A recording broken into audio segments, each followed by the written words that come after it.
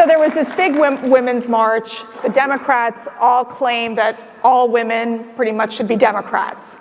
I think one of the things you've done very effectively is explain how women belong in the conservative movement, that actually there are what I would call conservative feminism. How would you explain that?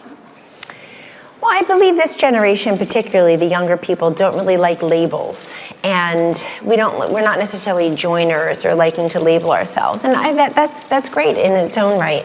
So I don't know about calling yourself a feminist. I also, for me, it's difficult for me to call myself a feminist in the classic sense because it seems to be very anti-male, and it certainly is very pro-abortion in this context, and I'm neither anti-male or pro-abortion. So there's an individual feminism, if you will, that you make your own choices. Mercedes, I look at myself as a product of my choices, not a victim of my circumstances.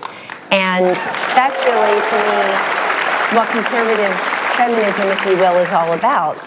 My mother didn't feel sorry for herself. She was left with no child support, no alimony at a very young age, with a child to raise, a high school education, and she just figured it out. She didn't complain, she didn't rely upon government, she relied upon her own skill set, her own self-confidence, her own drive and moxie, and her own duty to me and her, and she relied upon her family and her faith. And I believe those are timeless lessons and timeless opportunities for all women in similar circumstances and situations. And I would just